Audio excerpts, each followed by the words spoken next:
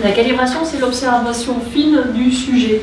L'observation fine du sujet a été mise au point par Erickson lorsque, justement, atteint de sa première attaque de poliomyélite, il ne pouvait rien bouger d'autre que les globes oculaires. Et pour se distraire, il se demandait comment faire maintenant pour me distraire, alors que je suis complètement paralysé. Eh bien, je ne peux qu'observer. Et il s'est mis à observer.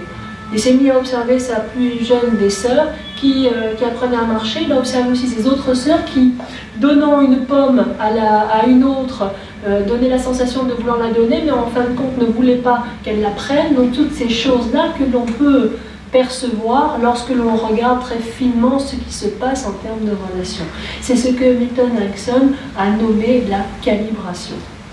La calibration, c'est l'observation fine.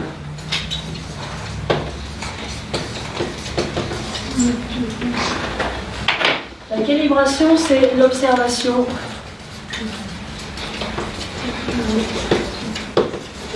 fine.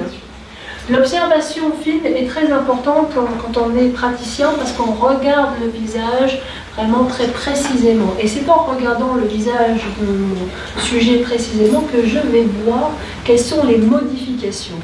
Et les modifications vont pouvoir m'avertir, me donner connaissance de la profondeur dans laquelle il est, de ce qui se passe.